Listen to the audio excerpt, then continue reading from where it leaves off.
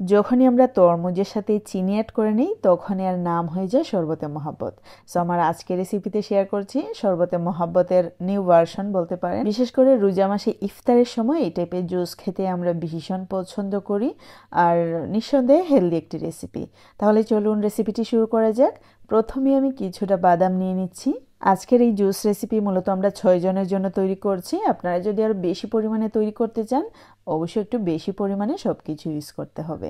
দিয়ে দিলাম কেশনাট বা কাজু বাদাম, দিয়ে দিচ্ছি পিস্তাশিও বা পেস্তা বাদাম।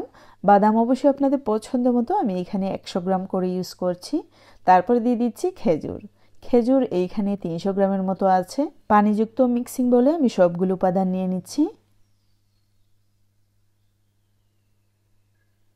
এখানে যে খেজুরটা আমি ইউজ করেছি আমি আগে থেকেই কিন্তু বীজগুলো ছাড়িয়ে নিয়েছিলাম। রোজার ইফতারে যদি আমরা 2-1 দিন পর পর এই টাইপের জুস রাখি তাহলে কিন্তু স্বাস্থ্যের জন্য অনেক ভালো। সেই ক্ষেত্রে অবশ্যই আমাদেরকে অন্যান্য খাবারগুলো কমিয়ে খেতে হবে। জানি এই কথা বলেও কোনো কাজ হবে না, কারণ আমাদের সবার স্বভাব মোটামুটি সেমই। বাংলাদেশের আমি মনে করি 99.99% মানুষ যখন পেট ভরে খেয়ে নেয় ইফতারের সময় ভাবে যে পরের দিন ইফতারে কিন্তু আমরা খুব বেশি একটা খাবো না, অল্প পরিমাণে খাবো। যখন ইফতারের টাইম হয় তখন আসলে টেবিল একদম খালি হয়ে যায়। যাই হোক, দেখতেই পেলেন বাদাম এবং খেজুর আমি কিন্তু ব্লেন্ডার জারে নিয়ে নিলাম, আর নিয়ে নিচ্ছি তরমুজ। দিয়ে দিচ্ছি সামান্য পরিমাণে চিনি। এখানে চিনি আমি কিন্তু খুব কম ইউজ করছি, কারণ সবগুলা ফলই কিন্তু মিষ্টি। এখন সমস্ত উপকরণ খুব ভালো করে ব্লেন্ড করে নিতে হবে। আর তরমুজ কিন্তু আমি বাকিগুলোও ব্লেন্ড করে নেব, কারণ হচ্ছে এই জারে কিন্তু একসাথে জায়গা ধরে নিই। ব্লেন্ড করে নেওয়া হয়ে গেলে নিয়ে নিচ্ছি গ্লাসে জাস্ট পরিবেশনের জন্য।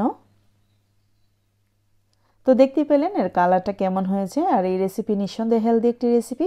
আশা করি ইফতারে বিশেষ করে ট্রাই করতে ভুলবেন না। এক গ্লাস খেলেই আশা করি খিদা তো কমে আসবেই, আর একদম মন প্রাণ ঠান্ডা করে দেবে। আশা করি আপনাদের অনেক ভালো লেগেছে। ভালো লাগলে লাইক কমেন্ট শেয়ার করতে ভুলবেন না। আমার চ্যানেলের সাথেই থাকবেন। যারা ফেসবুকে দেখছেন আমার পেজটি ফলো করতে ভুলবেন না। আর হ্যাঁ, এই শরবতটুকু ঠান্ডা করে অবশ্যই খাবেন, তাহলে খুব বেশি ভালো লাগবে। See you in the next video. Till then bye, Allah হাফেজ।